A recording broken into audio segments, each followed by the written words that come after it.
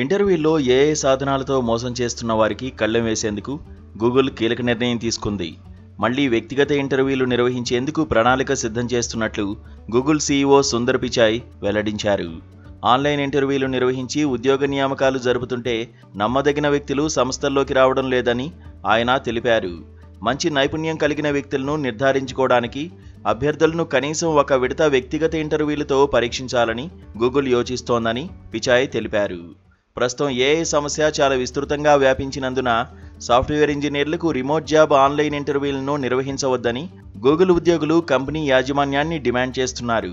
ఉద్యోగంలోకి వచ్చిన తర్వాత అభ్యర్థులు రియల్ టైం కోడింగ్ సవాళ్లను పరిష్కరించాల్సి ఉంటుందని, ఆన్లైన్ ఇంటర్వ్యూల సమయంలో కెమెరా బయట ఏఐ సాధనాలను ఉపయోగించడం వల్ల అభ్యర్థుల వాస్తవిక సత్తా తెలియడం లేదని వాపోయారు. ఈ క్రమంలోనే ఈ అంశంపై గూగుల్ ఇప్పుడు పునరాలోచనలో పడినట్లు తెలుస్తోంది. అయితే ప్రాథమిక సవాల్ను ఎదుర్కోవడం ఇష్టం లేకపోవడం వల్లే గూగుల్ గతంలో ఆన్లైన్ ఇంటర్వ్యూలను ఇష్టపడిందని Google vice president Brian Wong అంగీకరించారు.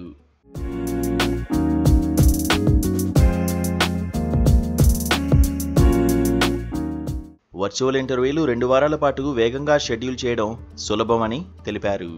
దీంతో శ్రమ, సమయం, వ్యయాలు తగ్గుతాయని పేర్కొన్నారు. అయితే ఆన్లైన్ ఇంటర్వ్యూ ప్రక్రియలో ఏఐ ఇప్పుడు ఎలా ప్రభావం చూపుతుందో సమగ్రంగా పర్యవేక్షించడానికి మేము ఖచ్చితంగా ఇంకా ఎక్కువగా దీనిపై పనిచేయాల్సి ఉంటుందని ఆయన వెల్లడించారు. ప్రస్తుతం ఇంటర్వ్యూలకు హాజరయ్యే అభ్యర్థుల్లో 50% కంటే ఎక్కువ మంది ఏఐ సాధనాల సాయంతో మోసం చేస్తున్నారని నియామక నిర్వాహకులు పేర్కొంటున్నారని ఒక నివేదిక వెల్లడించింది. మనమందరం హైబ్రిడ్గా పనిచేస్తున్నందున ఇంటర్వ్యూల్లో కొంత భాగాన్ని వ్యక్తిగతంగా నిర్వహించడంపై ఆలోచించడం మంచిదని తాము భావిస్తున్నట్లు సుందర్ పిచాయ్ తెలిపారు. గూగుల్ సంస్కృతిని అభ్యర్థులు అర్థం చేసుకోవడానికి కూడా ఇది సహాయపడుతుందని వెల్లడించారు.